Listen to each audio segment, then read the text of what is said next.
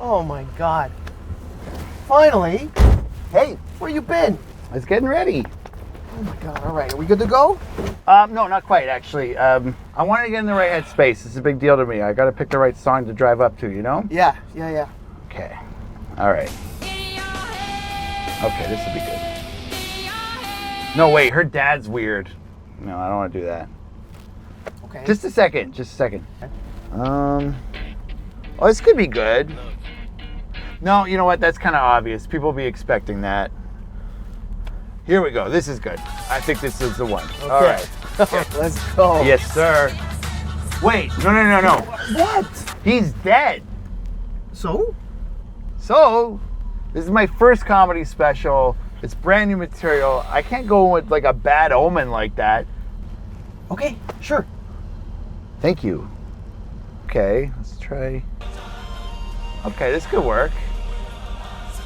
All right. Okay. Yeah. Okay. Yeah. Let's do that.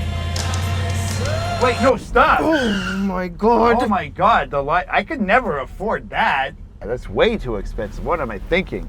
I gotta find something in my budget. Hold on. Here we go, royalty free. This is perfect. Yes. This is on the menu. All right, It's much more your speed. here we go. Okay. Hit it. We are cooking now. This is perfect. All right. Actually kind of dig this. Yeah, it's not so bad, huh? People should really give their art away more.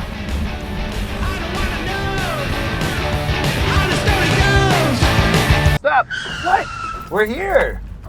What do you mean we're here? This is a space. What? Yeah, we're here. Thanks for the ride. What the fuck? Have fun at the Lion King. Scoot. Scoot! What the fuck? Coming up to perform brand new material for the first time ever, my friend and yours, Scoot Laird, everybody.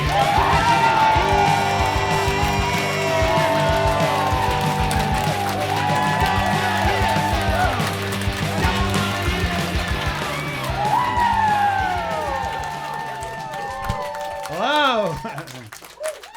Thanks for coming to the boy version of a wedding. Boys should get weddings, you know? 2015, the Supreme Court ruled boys get weddings, they said. And here I am, getting married to the only guy that will marry me, which is me. Thanks to everyone who's been on the show so far. Give it up for everyone so far. Yeah, it sucks, because here's the thing. I want to like sell this, you know, I want to make a bunch of money doing, it would be sweet if like, Netflix is like, oh, wow. But then I'm going to reference stuff that happened before that they're not interested in. And then how do I do that? You know, it's a whole package, Netflix. You got to take Ellie if you want. That's the deal. I dropped my red pen. Thank you for coming. I don't know. We're in the room from Room. Isn't that cool?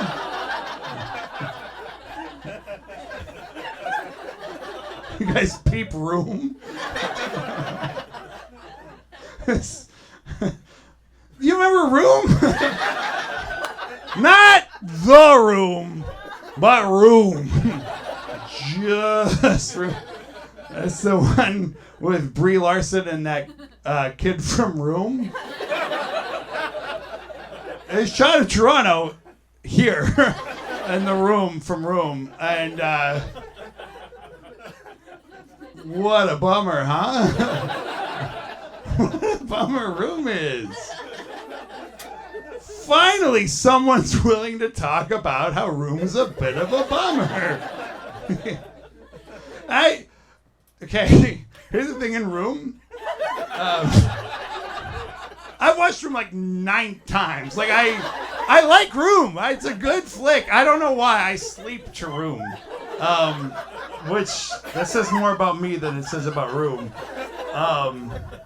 What's that guy's name? Lenny Abrahamson? If you're doing Sporkle for Best Director nominees, he's the first alphabetically the guy that directed Room got nominated for Best Director. He shows up before anyone else. That's just for sporkle people. Netflix, you know. Hulu, I don't know. The Hulu minus. So there's a part of Room when they get out of Room. There no more room for us, she says. This guy's no good, they say. Which you're like, well, I bought a ticket to Room. What the fuck is all this stuff out here? Fine. But then, okay, there's a part in Room where Room is like, he's like, Mom, I miss Room. And you're like, oh, fuck. Room would miss Room. That's the only thing he ever knew. That's fucked up. I could never have thought of that shit. The guy what wrote Room was like, oh, he's going to miss Room. That's going to really fuck him up. And it did. And then there's a bit where he's like, okay, this, only on the fourth, fifth time you watch Room do you really catch into what's going on. But there's a part where the kid, Room, he's like, gimme. He like reaches for Brie Larson's tits. And he's like, I'm thirsty. And you're like, oh, he's been drinking out of Mom until now. Of course he would have. He's lived in Room the whole time. Of course he would have drank out of Brie Larson. That's so fucked up. That's crazy. I would never have thought of that. Hey, give it up for Room, everybody. Clap. Wow. Those guys. Anyways, isn't it cool to be in the room from Room? No, thank you for coming to the thing I asked you to come to and made you come to. If you didn't come, like, I'm so mad. If you're watching this later, fuck you, you know. I don't know. It's weird. But it sucks to come to stuff. Like, it's never fun to go to stuff. Like, live entertainment is bad. It's not a fun thing to do, like when your friend asks you to go to their thing. No one's ever like, oh, hey, like Stan's DJing, sweet. That's not an exciting thing to hear. That's an obligation. That's the definition of an obligation. It's like, think about this for 1 second. Think about this. How there was plays for 10 million years, and then they made movies where it's black and white and they can't talk. And people are like, that's so much fucking better. Oh, thank fucking Christ. We don't have to watch a guy, like, look at me. They figured it out. Have you seen an old movie? It sucks. It's terrible. But it was the biggest deal that anyone had ever seen because they don't have to watch a guy be just like looking at him. Like, that's so fucking weird. I hate that that's essential to stand-up comedy, that I have to look at you. That's so weird for everybody. I'm sorry. This is the only one that's left. Anyone else doing live stuff, kill yourself. Fuck you. You're just being an asshole at that point. Plays? Ugh. Why would you still do plays? They made movies. They figured it out. Here's the solution to plays, they said. It's called a movie. It's so much better. Oh, he said it weird. Let's try it again. That was weird. Let's do several more, and then we'll pick from all of the options we have, they said. It's also nice that you came to a Canadian entertainment. Can you imagine how bad that is that you did? Netflix would never want to watch that.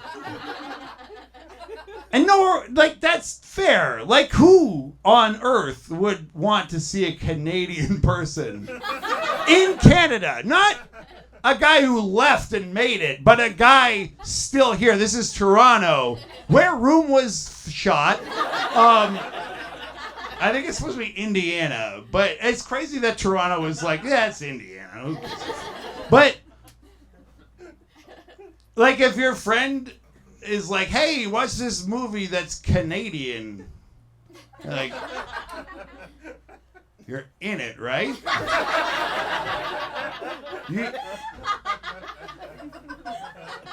Timestamp, please. Like, the parts you're in, I'll check out for a bit. But if you're the star of it, I'll watch all of it. But if you're not the main guy, I'm going to need a timestamp. Canadian entertainment is not good. No one's excited about that. That doesn't, the way that, like, other things are better, you know, like, oh, this wine is from not Canada. You're like, ooh, that would be interesting. It's a weird, like, I've worked with a lot of American comedians who come up to Canada for the first time, and I met one, and he was like, he like went on Canadian Netflix, and he's like, oh, it's just like American movies, and it's like, yeah, like, that's, what do you think we watch? Like, you think we watch the Canadian?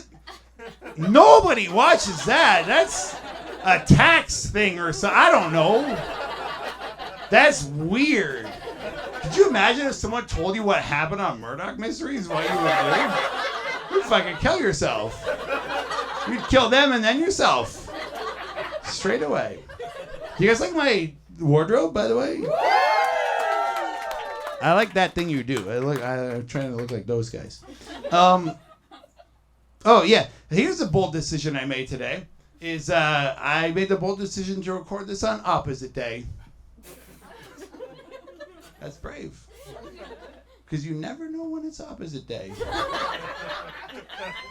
Ask someone if it's opposite day. Think about that for a second. Yes. Oh, hey, here's the thing I forgot. I put a clock there. Okay, so hold on. I got too excited about the Room stuff. Just got way ahead of myself. So, here's the thing. A lot of people shoot comedy specials. Sometimes they shoot multiple sets, multiple nights, whatever, and then they glue it all together and they make themselves look good. And that's like, look, if I had the money, I would. But I put a clock right there so that you could see the whole time in the shot that this is what's happening right here and now. So later, like, you guys, who gives a fuck? But for later, if someone looked at it, they're like, wow, that was all in one. And they won't say wow, but they'll say it's all in one. But it's just, it's weird to me that comedians try. Like, it's such a sad thing to do. Of like, well, obviously I'm not funny enough to do it one time. I gotta do it several times and then pretend like it was one time. So they, you know what I mean? They squish. But this is to keep me honest. So when it's on YouTube, that's where it's gonna end up. But still, hey, look, he did it all at the same time, they'll say. Yeah, that's true. That's a true thing. It's tough. I do have a bit of a show business background. So it's you know, nepotism and stuff. But I've been around. When I was a boy, I was in I grew up in Calgary, Alberta, and my mom worked for the Calgary Parks and Recs department. She was a lifeguard. And so I got my first gig was at infomercial for swimming pools. So kind of makes sense why I'm here now. Man, so here's what happened. My little sister and me were the like regular kids there, and then they hired 2 actor kids to be the main ones that got to talk. Those fucking talking kids, I've never felt so jealous in my life. They made $100 to talk in the thing. In 1995, that bought like a Super Nintendo game and some candy. You know, like that. Ever since. No, so that's all I'm saying is I have an inside track. I've been around the block in the show business game. What else did I write down? Oh, here's another one. Here's a big credit you guys might remember from is when I was in grade 4, let's say. Could have been 3, but I think 4. Is my school did a play and we did a parody of Magic School Bus. And they cast me as Arnold. And look, like, for the record, not every kid got to be one of the main kids what has a name. There's only like 7 of those. So getting Arnold was a big deal. And at the time, I was like, okay, he's Arnold. And it's like, oh, he has glasses and nobody likes him. Turned out to be why I got Arnold in the Magic School Bus. But I did okay. They did a cartoon, like, so the girl who played Miss Frizz, her dad worked for the newspaper, so we got a pretty decent spot in the Calgary Herald to talk about what happened on the Magic School Bus play. And they did a little cartoonist rendering, and I was like, well, there's one of them has glasses. That's gotta be me. I'm wearing contacts right now. It kind of, like, lowers the thing, but I don't like the reflection. Fuck, this clock is gonna come back to haunt me. Imagine if we edited around the parts that aren't as good. How good would that guy be?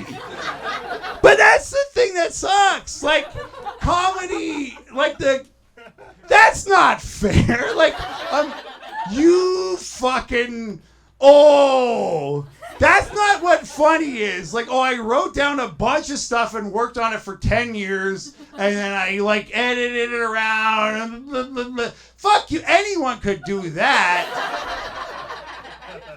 Gary Steinfeld does that, and it's mediocre. I wanted that. It would be cool to be a comedian. I would like to do that. No, but because sometimes it's like, comedian is a job or something, and it's like, I don't want that to be a job. I want to be a comedian, and I don't want to have a job. That's not the same as comedian is my job. That's very different things to be. I don't like any jobs. You want politicians like jobs for people. Like, fuck that guy. Get him out of there. Kill that guy. Shoot him in the head. Why is there not a red fucking dot on his forehead when he talks about jobs for everybody? Jobs for everybody? How am I going to explain that to my girlfriend when I don't have any job? She's like, the guy said everyone gets a job. Like, shit! Fuck! Well, he just meant, like, not white guys or something. That's a real problem I face. Ironically, I don't think that actually. I don't know. Could you imagine wanting a job? Fuck that person. You know what? My dream job, like, your dream job? Like, my dream thing I wake up and do after I come is sleep a bit more. I don't know. What else did I write?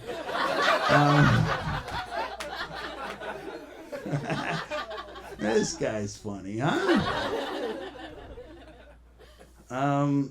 Oh yeah. Because comedians aren't funny. I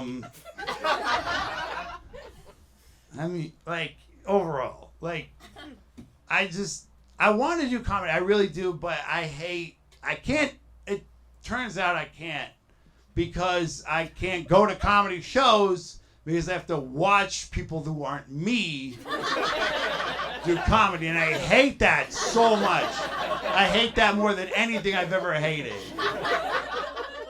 If it's not me or someone who's a friend of me, F you. Shut up. Stop it already, I say. It's so shitty to watch someone who isn't you talk. Why would anyone sign up for that deal? You don't love this at all if you can watch people that aren't you do it. That's untrustworthy behavior. That's the behavior of a phony, I say. What's good is when I say stuff. Them, not so much. I don't know. This clean comedy is kind of like John Mulaney or people. It's like, oh, must be nice. Must be fucking great to never fart or piss or cum or get boners or shit or poo or fart or piss or cum. Must be so great. Oh no, I've never got a big boner ever in my whole life. I never cum all over because I have a big boner and piss and fart and shit. What's better is when you observe. Like, what a great life you had. What a great life everyone gave you so far.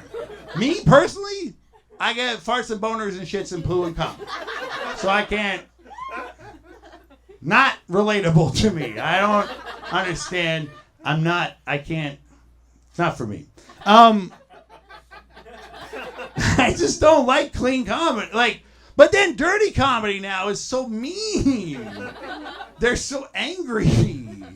They get I can't relate to them either. Where they just hate every group of person that ever lived, and I'm like, whoa, that's an opinion I didn't think was good.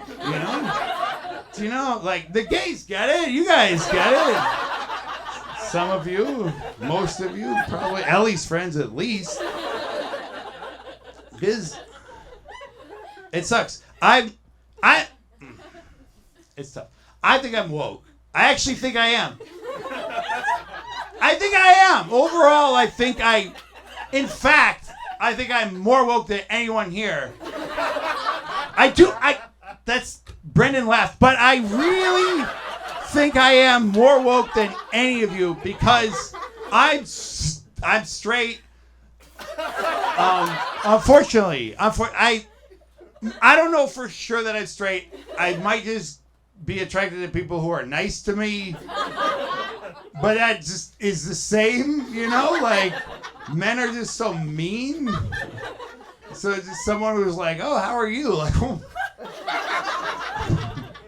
But I do like long, pretty hair. So, I don't know. Maybe it's straight. I don't know. I'm still working on figuring that out.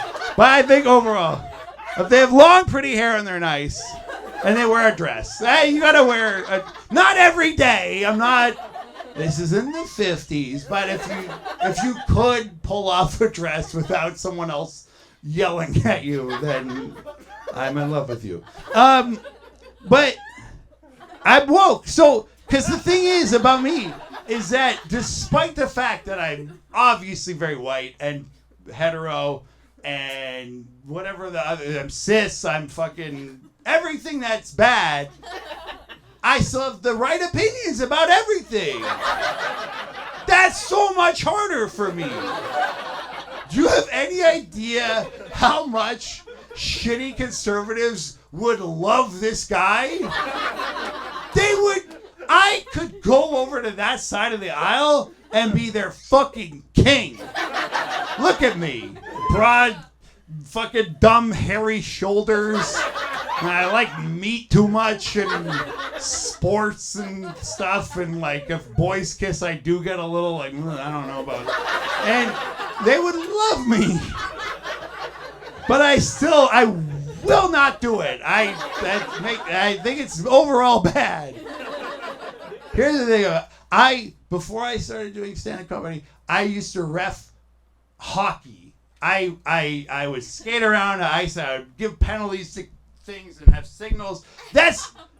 Could you imagine something hornier for a conservative man than that? Ice cups. Cops of the ice. That would have saved Spike TV. Ice Cops? If they made a Canadian Spike TV channel, Ice Cops would have been fucking number one. Number one with a bullet, Ice Cops would have been. Calling penalties and yelling at other men. And yet, here I am, not transphobic. And nobody cares. The people who I want to be friends with could give a shit because they look at my dumb broad shoulders and they're like, fuck that guy. Like, be gayer or something already. They're not interested.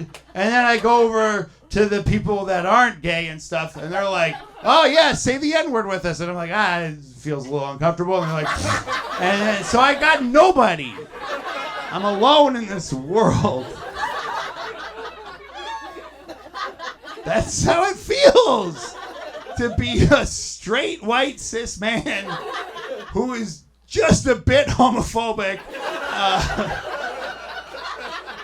But for me, only for me. Other people, it's fine. But just for me, I get scared.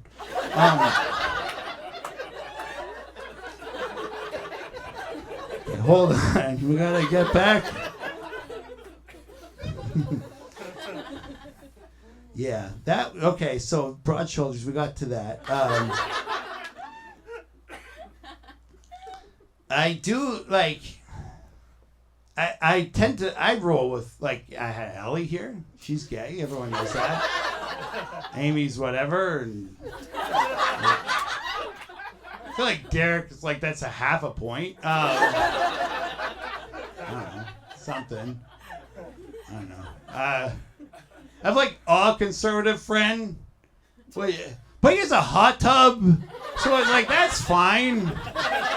If you have a conservative friend who doesn't have a hot tub, then that's a problem. But if it's like, oh, he's a hot, like, well, yeah, okay, obvious. Like, none of my normal friends are gonna have hot tubs. That's not gonna cut the mustard. Huh? I don't like conservative people. I don't like liberal people either. And like, and not to get school about it, but I don't like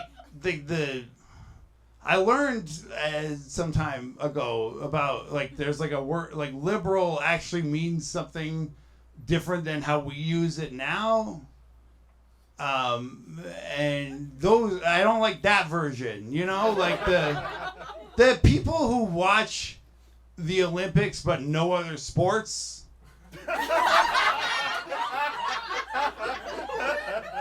People that vote, like that kind of a thing.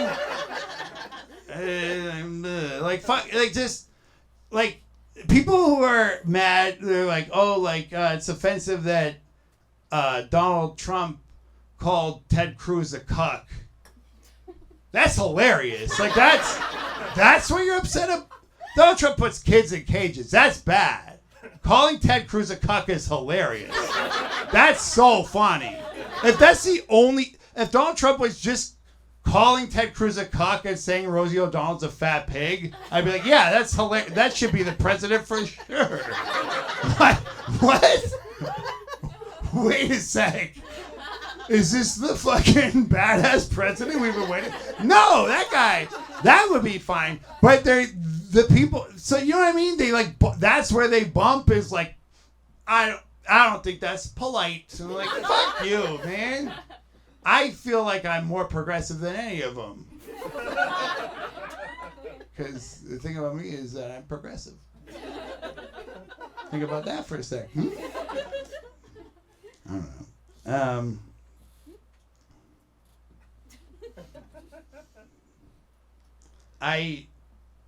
Healthcare, right? That's a big thing. No, we're talking political. I'm getting political. I looked at the camera when I said that, so that Crave will see it. Imagine if Crave. That's my safety. Now they won't though, because they're being like, anyway. Canadian reference is not going to help me with this. No, healthcare obviously good. Should be free. Should be free. We agree as a society. Sorry, I just gotta flip the page. But therapy, right? Therapy is a big one, right? Why is that not free, right? They say. People say that. They say, how come if I break my leg, but if I need therapy, I gotta pay money? Like, yeah. A therapist should get paid so much fucking money. Are you kidding me? A person who might have to hear about a dream? That, you get jet skis if you have to hear about someone's dreams. At least 2 jet skis. Imagine a job where they're like, hey, here's the thing, is sometimes people will tell you for 50 minutes, 47 minutes, about a dream they had, and you just have to fully listen. That's so much money you would have to charge for that service. So whatever they're charging is a fraction of what they're worth. Because they're signing up to maybe hear about your dreams.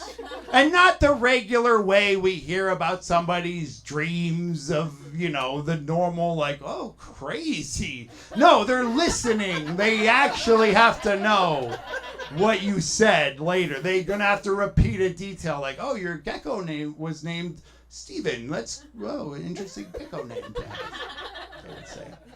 I would never sign up for that job. I think, here's the thing. This is more of a point than a joke. And let's hope, God, let this hope.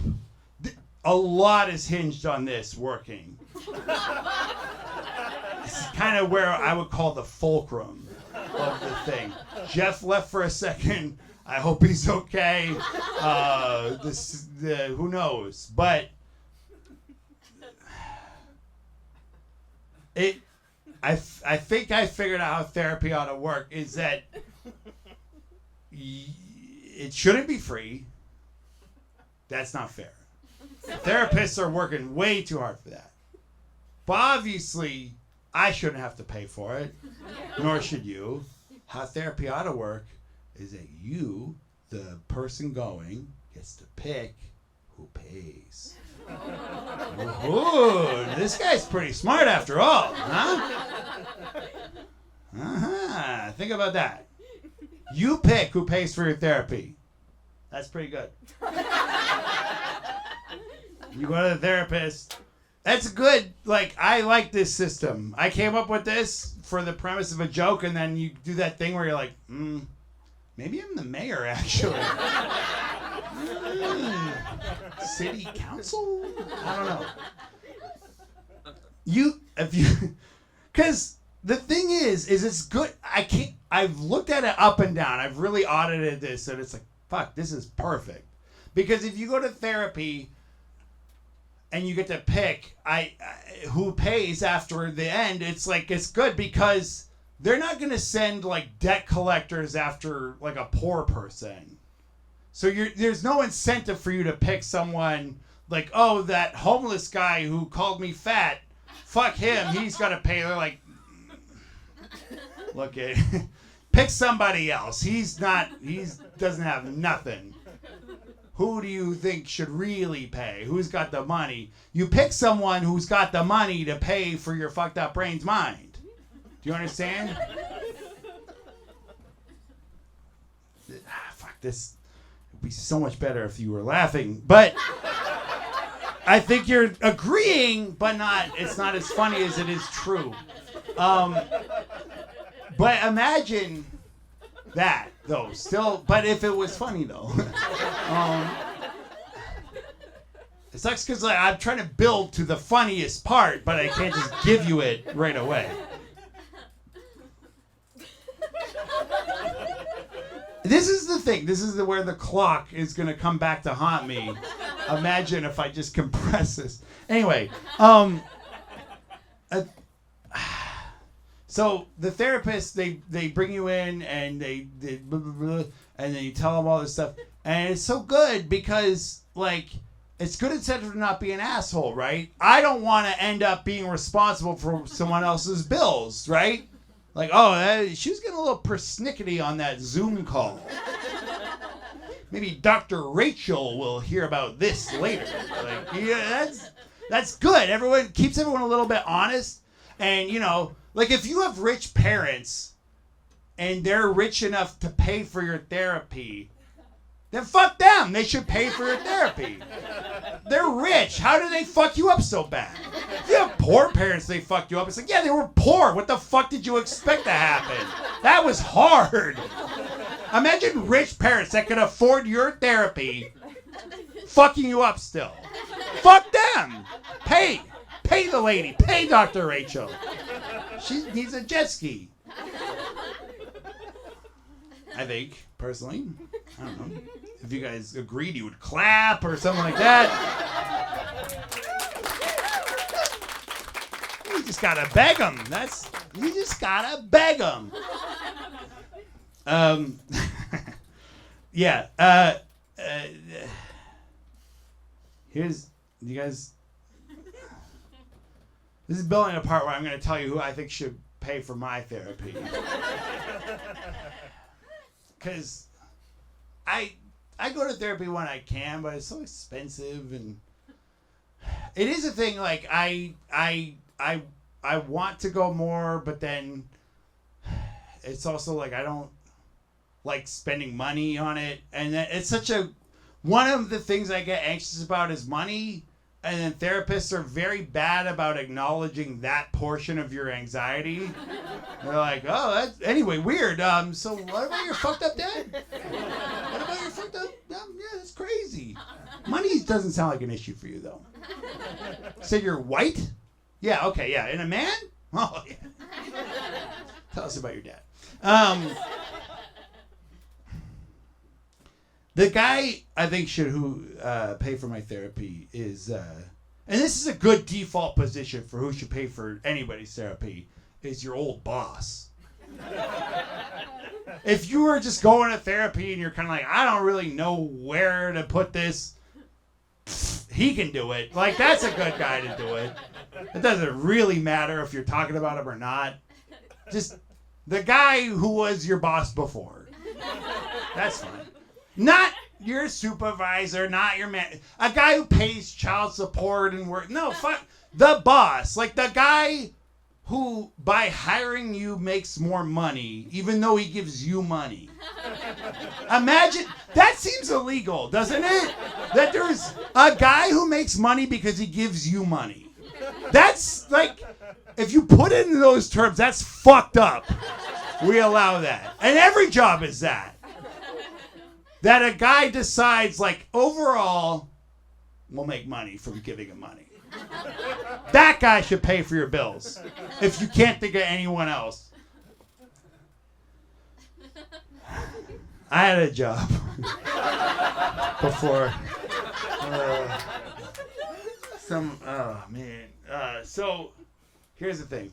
I worked for the most unstable man that has ever lived. And that's because it's one of those things people would say, and it's like, well, of course, hyperbole is funnier to me to say that would it be funny for me to say I worked for a very unstable man? It's funnier if I say I worked for the most unstable man that ever lived. But I'm so confident he's the most unstable man that ever lived. Like, I really, really think that's the case. If someone came up to me and is like, look, $1,000, which to me is so many dollars, on the line, either the guy you used to work for or the field, every other person, 8 billion people, whatever are out there, who's the most unstable man? I'm like, I'm sticking to my guy. If I'm wrong, I'm glad to be wrong. The guy who wins otherwise deserves my $1,000. Because my dude was so fucking crazy. He was so weird. Okay. Here's the job I had before the job. The current job I do is I do like corporate Family Feud. That's I don't know. It's dumb. Don't even pay attention to that. That's irrelevant. The job I did before, I worked for this company that did autographed sports memorabilia. Okay, you understand? You don't. Of course. Why would you understand what that means? You buy like a hockey jersey and a guy signed it. I'm the guy that stood there and handed him the marker. It was a very weird job to have had. But it was fun. I like sports. It was cool. I got to meet all these athletes. Most of them were okay. Only some of them were overtly racist. That was great for me. Whatever. I don't know.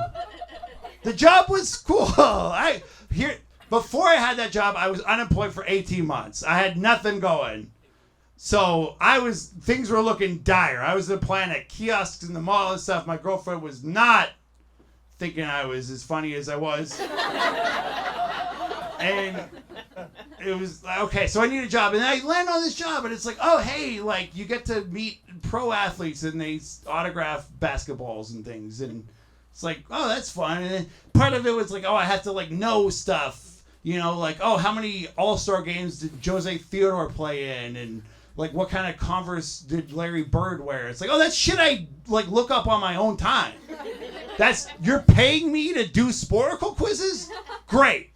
Sporticle, come back. I was so excited for that job. And it was great. I was good at it, too. Like, let's not forget that I was pretty good at it. I shook the markers just right. I was pretty good at it. I think. If you gave me the chance, I would have been great at it.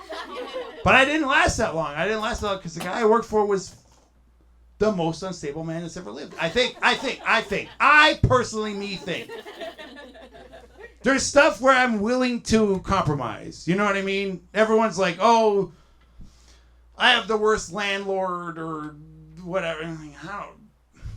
Probably not. You know? Yeah, your landlord's an asshole, but I've watched a lot of Judge Judy. Like, oh, the best drink in the world is not like a cold cherry Coke Zero with some Kahlua and chocolate milk. Like, well, I'm skeptical, but maybe it's not. Maybe that's not the best drink that's ever been made. I don't know. But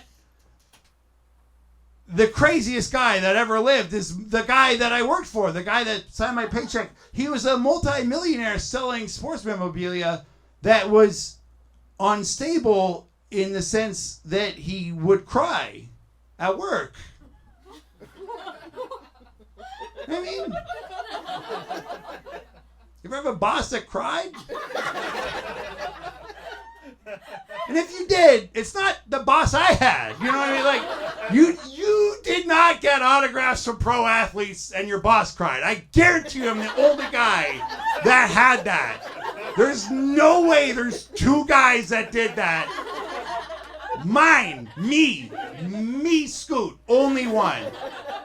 And I was the main tier receptor guy. Like, I wasn't like the guy in the back who like heard about it later. I was the guy that told the guys in the back about it. And it sucks because he would scream and yell and cry and he would throw things. One time I wrote like, oh, like this is a Jose Bautista signed baseball on our website, and he was like, "You fucking piece of shit! It's a Jose Bautista autograph baseball!" And he cried, and he threw a baseball across the room. Right on the May long weekend, on Friday of the May long weekend, he did that. In front of his kid, by the way, in front of his little, tiny, small kid. Yes! No, that's the thing, Zoe's gay friend, is he was a little boy. A little tiny boy. He's like, Dada, what happened? He's like, it's so good that your teeth are fucked up. Ah! He's got to understand why I'm so mad. That's an appropriate response. And like, for the record, stuff on the website all over the place. It wasn't like they were always autographed or always signed. I just took a guess. I guess I was wrong. Jose Bautista obviously would be autographed or signed or whatever I said before. It doesn't matter. The point is, he's a crazy person. And the thing that sucks is he did so many fucked up things. He screamed at a guy who couldn't go and clean his cottage and bring back a blanket he wanted because he had COVID. He's like, oh, I don't care about fucking Glenn's COVID. I need that blanket. He said that out loud. But it doesn't even matter that he did that, because the thing that he did he could have been the best guy that anyone ever met in the world. And the thing that he did is so much worse. He could have been the kind of guy that reads your screenplay and it's like, that's good. And it wouldn't have mattered because he was... Here's the problem. Anytime I go to like a party and my girlfriend's there, she just goes nuclear. She's like, tell him about the thing. It's like, bitch, I'm leading up to it. I swear, they're not going to leave without hearing about the thing. But she gets too excited for the thing he did. So I tell them the thing he did. And I don't know what order of there's two. But I don't know. So let's see what happens. So this guy, very high strung if you haven't clocked that so far. So, okay, one day I go to work.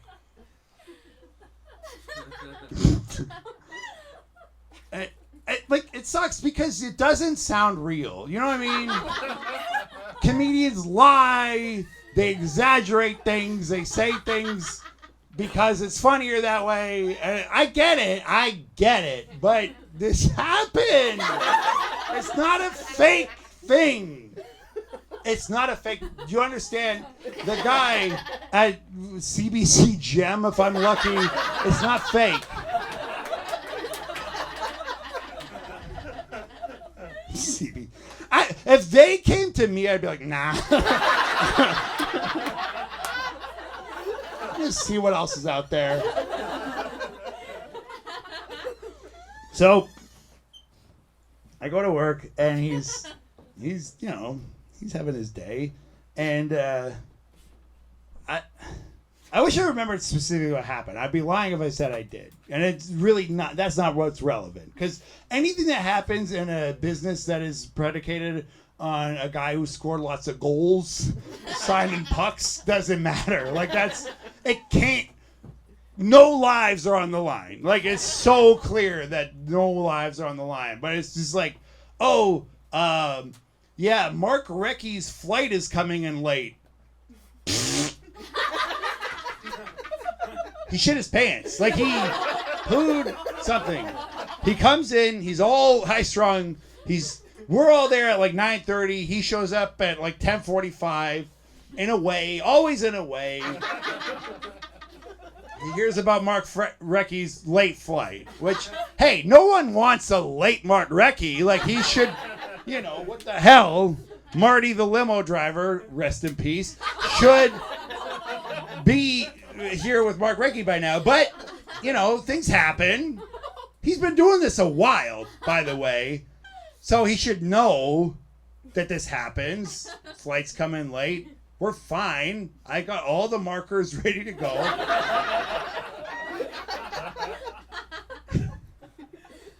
The fine tip silver on a puck. That's the one. That's the one you want to use. If you need tips. Anyway, so we tell him, and he poos, I think. We're outside of his office. There's half a dozen of us. Telling him Mark Recchi's going to be a bit late. And by the way, like you might in your head like, oh, so he worked for a 98-year-old man, 46? Like older than me, looks older than he is, but not that old. Like, you know what I mean? Like 40s. Poos, I think. Poos is what we tell him about Mark Recchi's lake flight. If you ask Chris Pronger, Mark Recchi shouldn't be in the Hall of Fame even. He is, but he shouldn't be. That's what Chris Pronger thinks of Mark Recchi.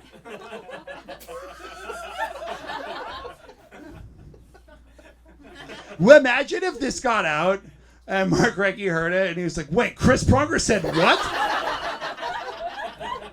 And then Chris Pronger would be like, I never said it. Like, I fucking fuck you, Chris Pronger. I got the tapes.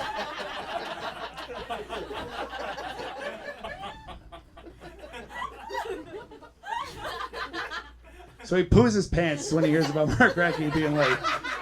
I think. No, I don't think he did. Because stuff that happened after. So we tell him, we're like a semicircle, 5 men, of which I'm like the coolest.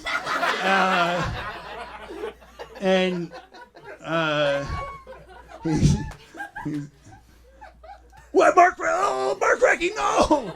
And he shits his pants. And so that's abusive to him, right? Like, that's abuse, I think. That's employee abuse. Not employer, but employee abuse to your employer. That's fucked up what we did to him. So you have to poo your pants. And the 47-year-old man, or whatever he is, has to explain to us how fucked up that was, what we did. And he's like, oh, Mark, oh, no.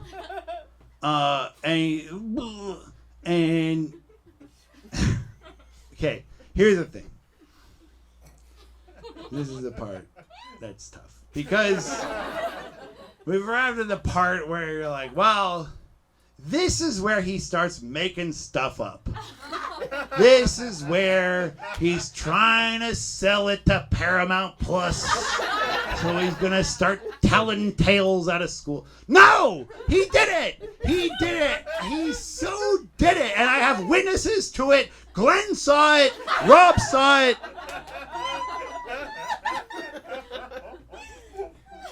Another guy, I can't remember his name, he saw it. So, boss hears about Mark Recchi's like flight, poos his pants, tells it. He's like, oh, no! He says, hand to God. I don't believe in God, but imagine if I did. I would put my hand up to God or whoever, whatever, the thing that you would do. But this is what happened. He's so upset about Mark Recchi's late flight. And like, this is early. Like, Mark Recchi, we have all day to sign pucks with Mark Recchi. I got nothing later. Sandy Solzwich is tomorrow. This is fine. Nothing but time for Mark Recchi and a bunch of pucks from the 93 All-Star game. He's like, oh. Front of the pants. He's wearing shorts. This is summer. This is last summer. Summer 2023. Puts his hand down the front of his pants. Front of his pants. Shorts, I should say. Not even pants. Shorts. In a scooping-like motion. Pulls it out. And look. Oh, he brought out a brown thing? I fucking wish it was just brown. If it was just brown, we wouldn't be here today. It was other colors. It was a bit black, but it was a lot red. Brother shit blood, okay? He blood shit. I don't know.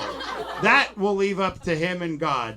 But he shows us what we did to him. And he tells us, this is what you did to me. A bloody shit or a shitty blood, whatever it is. But it's got like strings on it and stuff. I know. And like that's so, it sounds like the thing a shitty person would say to sound shocking and mean. But he did it. He really did it. And he should pay for my therapy. That's fucked up. That a therapist would be like, well, Scoot, now I need your credit card. That guy, he drives a BMW, he has a pool. You understand? He shit blooded in his hand. Look what I did. I just like, because we're here, like, let's tell you the other one. It's weird. That one's like the one that like the other one's like, overall happy this happened. So another time he comes in and whatever went wrong, you know, Paul Correa wants more money. So whatever he's gonna say, and he doesn't like any bad news. This is not a guy you can deliver bad news to without him shitting blood. And which, hey, you know. This is if you're a business owner, that should be one of the prerequisites, is that you don't shit blood when given news about hockey players who are late. That should be like the lowest bar to clear. Before they give you $1 million and a pool and a kid, is that if a hockey player's late to autograph pucks, it's only brown. Like that should be. That's, if you can't make that happen, maybe just cut someone else in on the biz, you know. But so he comes in this one other time, and he's, you know, whatever happened, Keith Primu's sick, and you guys wouldn't even understand. We tell him upsetting information, and, you know, what tends to happen when you hear upsetting information when you're a multimillionaire sports memorabilia owners, you shit blood. And so we're in like the break room area, and like not in like the Mark Recchi one was more of like a. This one was more like, this was like a slightly lesser, like, oh, he'll be here in 15 kind of a, like, he wasn't nearly as shook, but enough that it's not dry. And so we tell him whatever thing, you know, oh, Martin Straka is, yeah, he doesn't want to sign Penguins things. Sometimes that would happen. Sometimes Martin Straka is weird about it. And but so that's enough that it's not gonna be okay. And so he I mean obviously he shits some blood.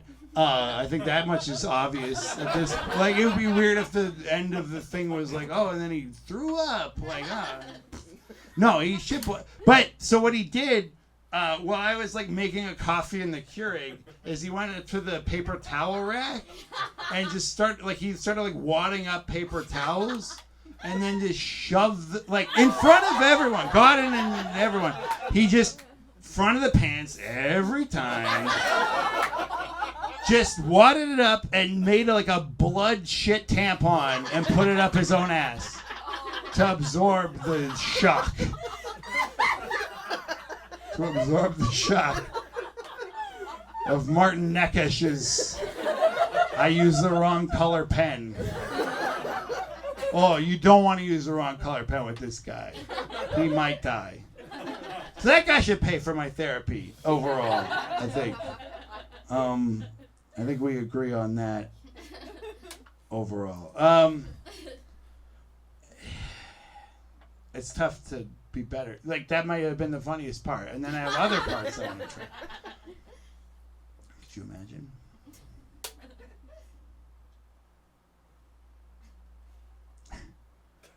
Guillermo, edit this part out, but make the clock the same. I hired a guy named Guillermo to direct my special. That's got to count for something.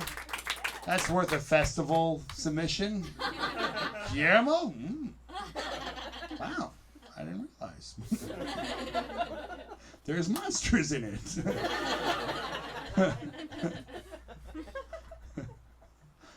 That'd be cool if you put monsters. Guillermo, put monsters in it.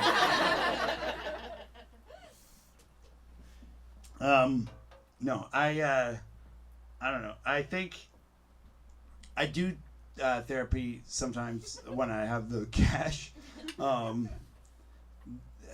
They take you on journeys that you don't want to go on. And it's like, they want the tea. You know what I mean? Like, oh, like, tell me about your ex-girlfriend. Like, not yet, mama, dada.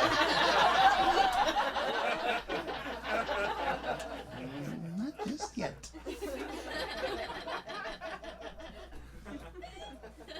Dad's getting old, huh? You ever have an old dad?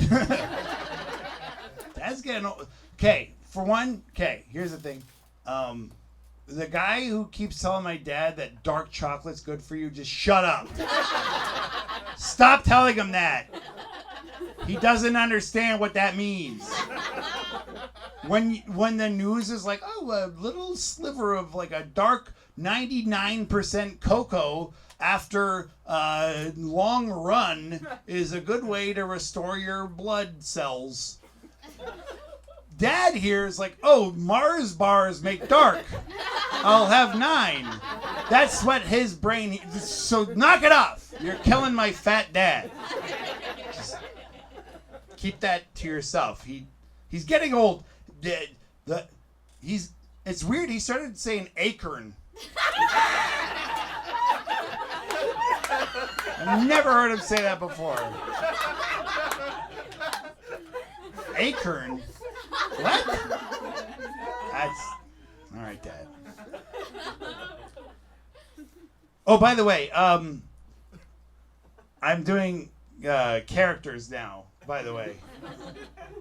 Okay, so one of the characters I've worked on is, imagine a guy who's, he's in like a kid's special. It's like a Sherlock Holmes, but for little kids. And it's about geology. What would he say? He would go, "It's sedimentary, my dear Watson." Imagine that. That's at the end of my notebook. Oh, I should have interspersed those earlier. Here's another character. One of my character works I do. Imagine there's a guy who doesn't like Terminator 2. Exactly. You can't. So here's a guy who doesn't like Terminator 2. He goes, "Oh, is that pure shit? Delicious." Fuck that guy. I met a guy one time who didn't like Terminator 2. And he didn't even say it like hot take, I don't like Terminator 2. He just said it like I was the weird one for liking Terminator 2. Could you imagine? Fuck that guy to his own death.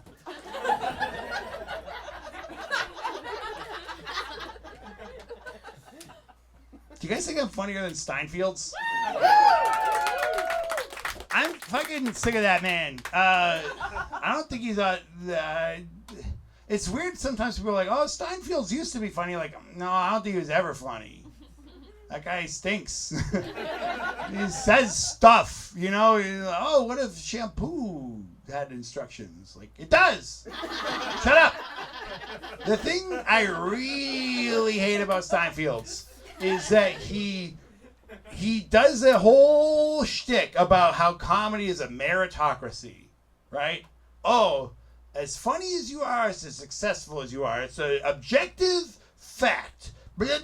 You're a fucking billionaire, asswipe. That's your take? You came out of all of this not even being like, man, I got lucky. You're like, no, I think that worked out. The system works. I make $10 billion and Scoot dies alone. I'm Steinfield's. Doing the Craver. Fuck that guy. Fuck him to his own death. Suck my ass. I'm so much funnier than Steinfield's. And he would be like, well, let's look at our bank accounts and compare. Like, that has nothing to do with it. You know how much fucking funnier it is to be poor than rich? You piece of shit. Oh, you have nice cars. Ha ha ha ha ha. That cracks me up that you have nice cars. Yeah, I always forget how funny a nice car is. Every time I see a fucking Beamer, I'm like, He gets it. Fuck him to his own death.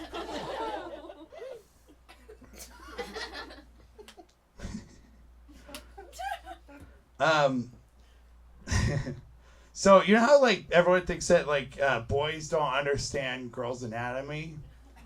And that's true. Like, I'll give you that. I don't really get it. I don't know what's going on down there. But I don't think it's fair to pretend like girls understand boys' anatomy any better. Because one time I tricked Amy into thinking, yeah, you, as if you don't know where I'm going with this. One time we tricked Amy into thinking that when boys ride a bike, we have to put our balls up our butt. And she believed it for like 3 months. And then later was like, I told my brother and he said that's not true. So like, I don't think that's just boys don't get girls. Like, shut up. Like, she seriously thought we put our balls in our butts to ride a bike. And her brother was like, no. I don't know. I was making a statement about that.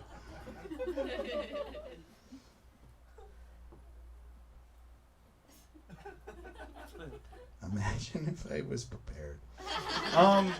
No, I was talking about therapy, right? Oh man, I need so much, but they charge me so much money, and the poo man won't pay. I quit that job, and then I was able to successfully still collect EI, even though I quit, which is hard. But when the lady who called him was like, they got to establish like a hostile work environment, he was like, all right. It was $40. Sweet. My girlfriend will get off my ass. I don't know. Here's the cool thing about me is I got a fucked up mom. Ooh, exotic. People got fucked up dads. That's a dime a dozen. Fucked up dad is no big deal. Who cares, right? We've all heard this. Like, fuck. Look, I don't envy someone with a fucked up dad. That seems bad. Because fucked up dads bail. That's what they do. They're like, oh, I don't like this. I don't want to have a kid.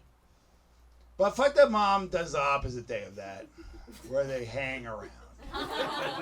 They do not leave. So you gotta hang. You know, like they're in your life still. It's not a situation where they just leave you high and dry. They call you too much and they get in your shit, and that's its own version of fucked up, you know, like when your mom has like a surprise trip to Cuba and then you gotta figure out where you're staying when you're 11. That it sucks that it's such an unrelatable thing. If I said about how like, oh, you know, guys be like this, you guys nobody else's here mom went on a surprise trip to Cuba. And that's why I'm here and you're there. But they be crazy. Like the bitches do be crazy. I get it's hack to say, but if you've ever met a bitch who be crazy, it's like Damn it! They were right. They exist. They're out there in the wild. They do it all the time to me. And it sucks because the whole thing where like every single relationship I've had, up till the current one really reaffirms that. It's like, oh, it's just, no, bitch is crazy. See? No one wants to quite go there. There's still a little like, your ex-girlfriends probably are fine. They're not. They're so mean. And they've been so mean to me, and I've just been a victim of all of them. None of them would be, okay, I think, hi Danielle. The rest of them won't watch.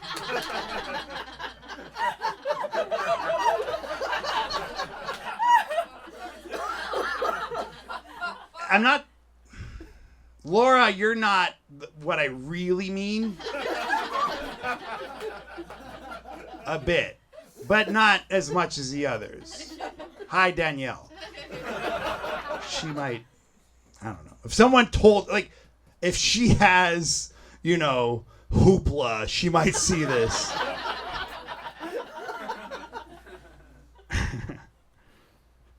I don't know. Like... But my current relationship, I think, is okay. I know that's like a weird, maybe it's not, I don't, but I like my current girlfriend. She's nicer than the other ones. So much nicer. So much nicer. But like a fluke amount of nicer. But sometimes there's like little telltale signs where it's like, I don't know. Because, like, one time we were playing, like, Would You Rather? And it's like, oh, would you rather fuck my dad or sleep at a lady named Joan's house? And she chose Joan's house. And I was like, sounds like Mom. That's something Mom would say. So I don't know. This Freud guy was onto something. About not wanting to fuck my dad and sleep at Joan's house. Anyway, okay. If you need to go piss or whatever, just do it. It's more distracting that you're not doing it. Sorry about the fucking light. It's this girl needed to piss. Whatever. The people at Canopy will understand.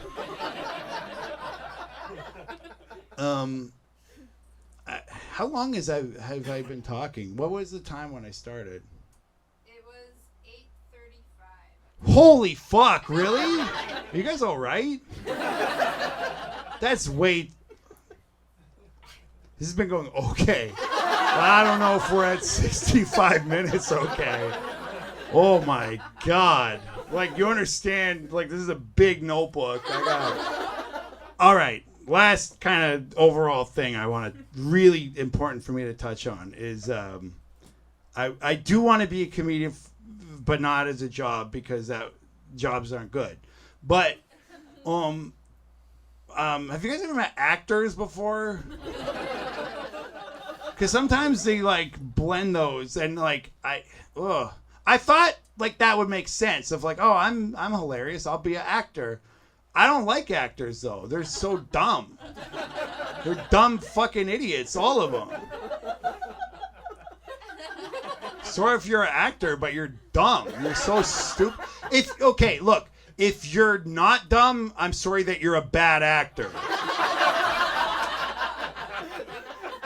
Daniel Day-Lewis is a moron. 5 IQ, that guy. Just imagine going up, you tell a guy, you're Abraham Lincoln, he's like, yep. Like, that's what we're dealing with to be a good actor. I worked on a movie set in between working and Pooh Blood Man. I needed some cash. I worked on a movie as like a assistant guy on the small shitty movie, and it was set at outer space, and we were in this like movie studio thing, and a guy. There's like a bunch of people. This guy shows up and he's like the most handsome person there. I was like, that's probably the actor. I was right. And The stupidest guy I've ever met in my entire life. So fucking dumb. We're making a movie and it's like set in space where he's like drifting around in the thing. And he's like, what do you call this setting that this is? And we're like, space? He's like, no, not space, but like the setting, the place. Like, the galaxy? He's like, no, where would you say we are? The atmosphere? He's like, fucking atmosphere. Yes, that's the word. This is the dumbest guy I've ever seen. So handsome. So dumb. Handsome, dumb. And I thought I could not have had a lower opinion of someone's intelligence than this guy. And my job, there's a part, okay, so he's like floating around like a little like cube in space. You'll never see this movie. I don't think it exists. But he floats around like a cube in space. And then, could you imagine if you watch the movie that this is? You won't. They made it in Canada. But if you did, he floats around and the thing is like, so he's in a cube. So the part of my job as the assistant guy was like, oh, we're going to hold up like this sheet of glass, like me and another guy who looks like me but a bit shorter is going to hold up this piece of glass as steady as we can for him to like bang on and like cry out because there's another, like his lady, what is floating around in space is out there. Great movie. And so it's just very strange situation, whatever. And this really heavy piece of glass and very low budget thing. They hired me. And so I'm holding it and it's so heavy and we're trying to keep it straight for these takes. And it's me and the other dude and we're holding it as like best as we can. And the take is like he's got to like bang on the thing and see this lady like drifting by and he's going to have to cry when he sees her go by and he's going to be so sad.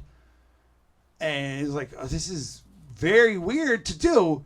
And then the director guy is like, action. And then I'm holding the piece of glass, like looking across from a guy named Dan in a hat. And then there's just a guy in like a white spaceman suit, the dumbest guy I've ever met in my life. And he fucking starts crying on cue perfectly. Do you understand? Like, he's just like,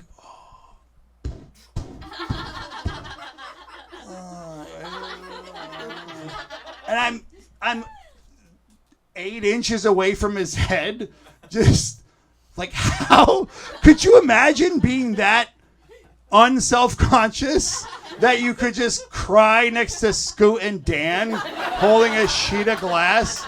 I threw a ping pong ball at you earlier for a different scene. Dan helped you do origami. But you can just cry on cue. You don't know what space is quite. Unless atmosphere, I guess, is what you were looking for. And it's like, that's not even the best actor. He's just okay at it. But I was blown away. I was like, that's the best shit I ever saw. That's insane. I'm so close to his head right now. And there's tears. Like, 1 second ago, he's eating a granola bar listening to Eminem.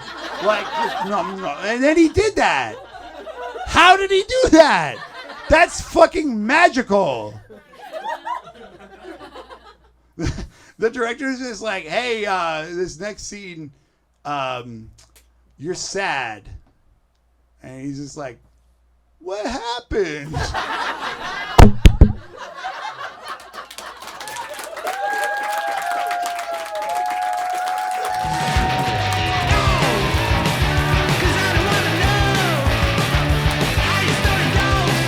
Over Scoot Laird, everybody!